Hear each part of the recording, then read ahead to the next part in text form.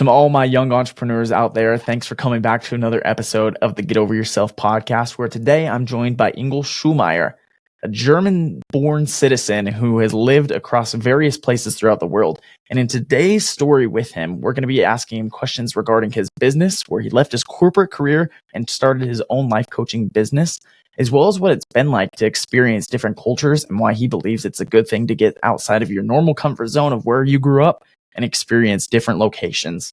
So a little bit about Ingo is a few years ago, he had a life that most people would consider successful. He had a well-paying job and a leadership position in a semiconductor industry, the money and house, and he was traveling around the world.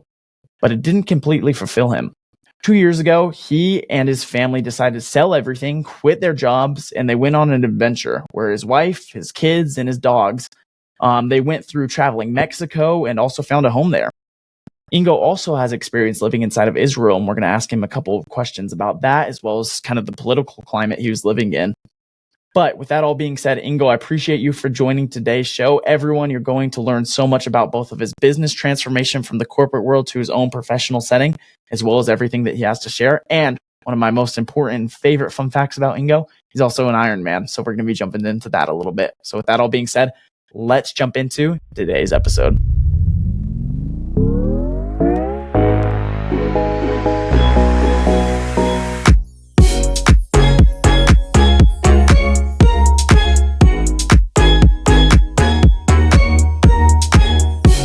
Ingo, thanks for joining us. Yes, thanks for the invitation. Glad to be here. Yeah. So tell us real quick. You just mentioned this to me off air, but tell us where you're calling in from today, and a little bit about the scenery that you surround yourself with day in and day out. Yeah. So we're living in Mexico now. So we came here in the beginning of the year 22, and we started traveling around here. So we said, okay, we'll travel around here and see if we find a place that we like. So we bought a car in Mexico City and we traveled for like 9 months. So we went to the Pacific and to the Yucatan Island and to the Caribbean Sea. We found it near the beaches. It was a little too hot for us. So since I'm from Germany, I'm used to colder climates, right? So now we ended up being a little higher. So we're now on like 1,200 meters, which is like 4,500 feet altitude.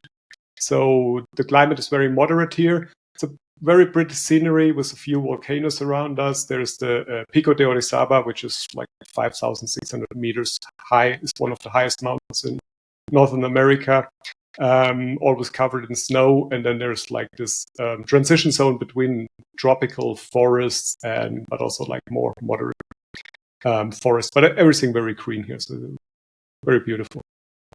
That's awesome. Yeah, I've had the experience. I've never lived in Mexico. I've lived abroad. I lived in Brazil for a while, but I've been to Mexico many times, and the climate there is very interesting.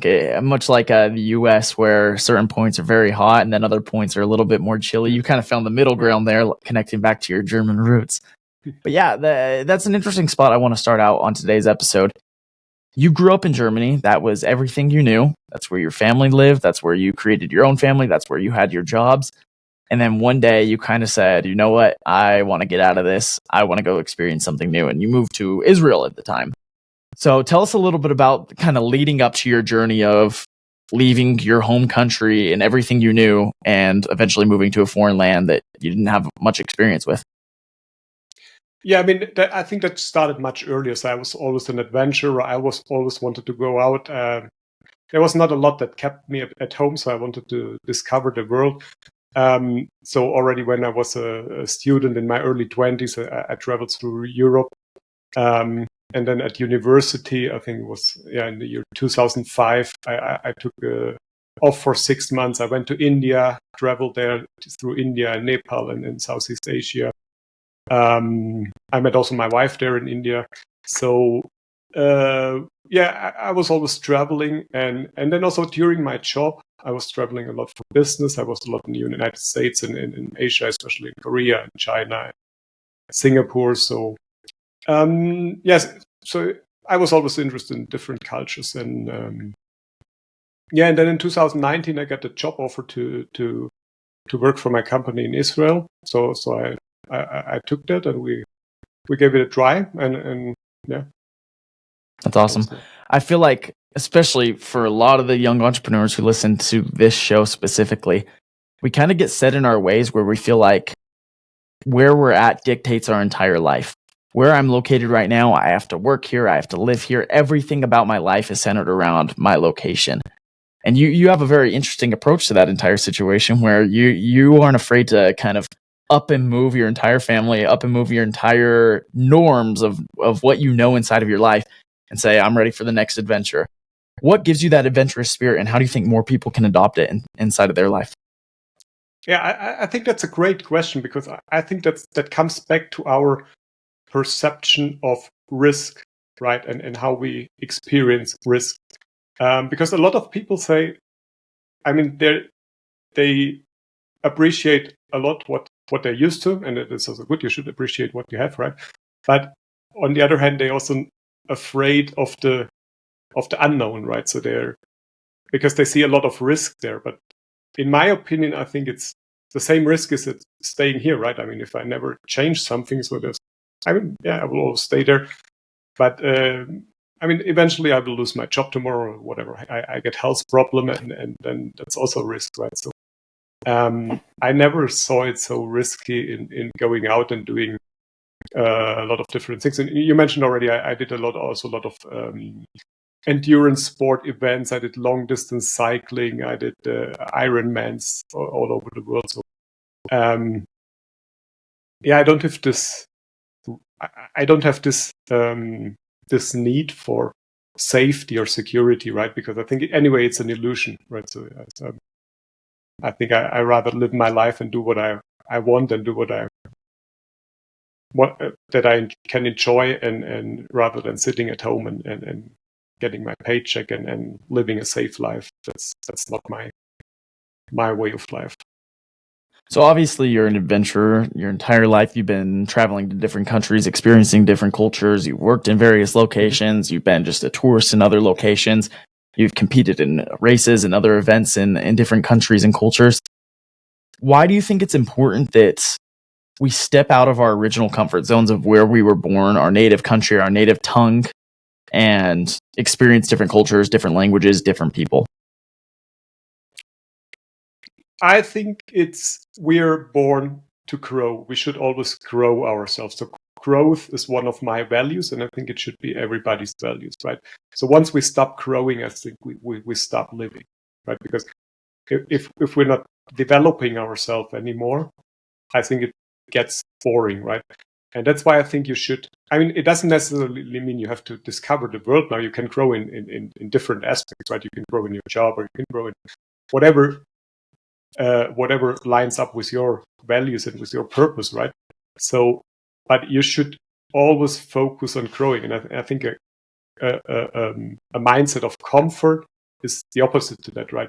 So if you're living in a mindset of comfort, you basically gave up, right? You say, okay, that's it. I'm here. I get my salary every month. I can get my pizza every evening. I have my Netflix, and so voila, that's it. So, and that's, I think it's very dangerous, because it gives you the illusion that you can be happy with that, but I think you never get happy with that. I think you always need to strive for more growth. Yeah, I agree with you on that. You always need to be striving for more. I think that's our entire purpose here on this earth, is we're trying to become a little bit better every single day and work our way up and up. And coming from the human side too, just with anything inside of life, if you keep doing it over and over again and you keep living the exact same way, you're going to get bored. And I feel like that's why so many people in today's society have these, what we call them, those midlife crises, these moments inside of their life where they look back on the last 20, 30 years and they say, am I doing exactly what I want to be doing? So Ingo, you have a very interesting approach where whatever kind of idea or adventure pops into your head, you say, I'm just here for it. Let's make it happen. And so many people cannot live that way because they fear the unknown. They fear they might not have the steady income. They fear that they might be judged by others. They fear they might not find a sense of belonging in these different locations that they're traveling in or experiencing. Even outside the travel realm, they might fear the unknown when it comes to their business or their spiritual life, right? What kind of practical advice would you give somebody who's afraid to take that next step? Yeah, I think the important point, and I mean, I was always I mean, yes, on the one hand, I was an adventurer, but for example, I also had my limiting beliefs, right? I was struggling many years. I mean, I was working in this corporate job for 15 years, or more than 15 years.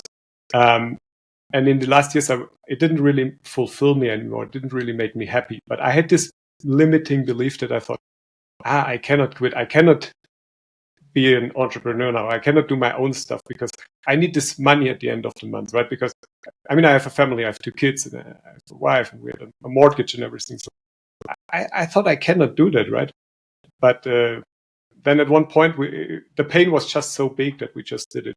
And I think the best thing you can do, what I worked a lot, is not striving for anybody's definition of success, but just look deep inside yourself. And this can be done by meditation or by expressing yourself by journaling or any other art. Just to understand what you really want and what you really want to be. And it's usually not what you have right now. It's usually not like to stand up every day at 8 and go to the job and work 8 hours and come back and do whatever, right? So it's usually deeper than that. But I think we're so disconnected from ourselves, also because we're so distracted by social media and television and friends and all the other people in society, right? That we need to start reconnecting with ourselves to understand where we really want to be and what we really want to be. And that takes a lot of self-discipline there, what you just said. Being able to connect with our inner self and say, okay, this is where I want to be. I'm not there yet, but this is where I want to be. So what are the goals and frameworks I have to live inside of my life to get to that spot? And at some point also, it's just like ripping off the Band-Aid. It's like taking that leap. It's jumping into the pool with your eyes closed. Sometimes you just got to step off the cliff and you just got to go for it. And right. What I appreciate about your story... Sorry, go ahead. Because you said, yes, it takes a lot of discipline. Yes, that's right. But anything you want to achieve takes a lot of discipline. True. And the point is, I mean, you need to make it a habit. Like for me, for example, I'm usually every morning I'm meditating for 1 hour, right? Or between half an hour and 1 hour, depending on which time and I made this a habit. And now, once you create this habit, so then it suddenly feels strange if you don't have this anymore, right? So if I don't do it, I feel strange, right? But it takes some weeks or months till you get used to it. And it's like any other habit of doing something or not doing something, right? You're getting used to it. And in the beginning, it's hard, but with time, it becomes easier and it becomes your life. And I appreciate you for calling me out on that because it goes back to that metaphor. One of the things I always find funniest on this earth is when somebody says, it's easier said than it's done. And if you really dissect that statement, it's easier said than done. Everything is always easier said than done. It doesn't matter what you're doing. It's always easier said than done. So looking into your own business now, Ingo, with that same concept in mind of you're taking the leap, you're creating these habits, you're creating these disciplines inside of your life. How did you go from the corporate world where you're having that steady income? You know exactly how much money you're going to make every 2 weeks or every month, depending on the pay structure. You know exactly what you need. You have your family, they're relying on that money. You have your kids, you have your wife. Everyone around you is focusing in on, okay, every 2 weeks, I'm going to make X amount of dollars and we're going to be able to afford X amount of dollars per month for our rent and our food and our extracurriculars and the things we enjoy inside of life. And then one day you said, I'm getting a little tired of this. I'm going to start something on my own. Where was the transition with that? And what kind of fears came with it? And what did you have to overcome? What caused this decision was, I mean, I told you already, in the last years, I was not so fulfilled with my job anymore. And then I think it got even worse during the pandemic. So, because then I was really I didn't hardly go out anymore. I was just sitting at home in front of this endless Zoom meetings all day long, right? Not traveling anymore. And I really didn't enjoy it anymore. And then we said, and also with our kids, right? For the kids' education, you also need to think if you will leave the country now. But with our kids, we also thought, okay, I mean, they didn't really have school anymore in any that it made sense to send them there. So we said, okay, if that's the case, if I'm not happy and the kids are not happy, and anyway, we're just stuck at home all day. So we can also go for a journey and try if we find something else, something better, right? And we thought also for the kids, it's something amazing, right? we were not really afraid of that because I mean, if you're traveling and if you meet new cultures, I mean, they're learning. There's so much about life, right? It's more than they can ever learn in school, right? Because they're not just reading books. I mean, they see life like in full reality, right? It's just there. It's just happening, right? And yeah. So what caused this decision? I mean, yeah. I mean, we said, okay. I mean, we needed some buffer in terms of finances, right? So we said, okay, so we sold our house and we had some savings that we could use for that. And then we thought about the worst case scenario. And we said, actually, the worst case that can happen is in 1 year, we figure out we don't like it and we don't enjoy it there. So we come back and we look for new jobs and we continue doing the same stuff that we did before, right? So, and if that's the worst case scenario, that you just go for a 1 year vacation, but it's actually not that bad anymore, right? So your worst case. So that made it much easier. And I must say, from the moment we decided that, and when we sold our house, and when we went with our few bags that were left, and the kids and the dogs in the big car to the airport,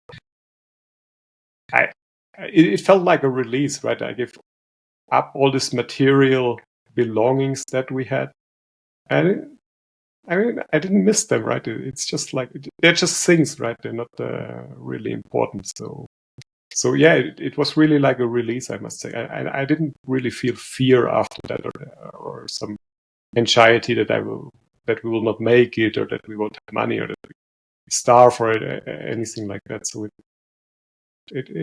I felt really good with that decision. We all felt good. I think that's a key too, whether you're jumping into the next adventure of where you were living, getting out of that corporate setting, whether you're jumping into your next business venture, you're jumping into some new spiritual practice, trying to discover your spiritual side. I think the key with all of it is dissecting, exactly like you just said, Ingo, sitting back and saying, what really will be the worst outcome? Okay, maybe this all goes awry. Maybe the business that you're working on right now, this transformational coaching business, and I'm sure your wife is working on something as well. Maybe it doesn't pan out. We don't really make any money. We had our savings for the past year, though. We're going to be plenty fine. And at the worst case scenario, what happens in a year from now? If it's going horrible, we don't like it, it's not going in our favor, we move back and we start where we just were. And I think that's a framework a lot of us have to accept inside of our lives because we're so afraid of the unknown that we don't take these commitments. We don't try these new things simply because we say, hey, I may not be super fulfilled in my career right now. I might not be enjoying my day-to-day life, but what if I hate it even worse and I go and try something?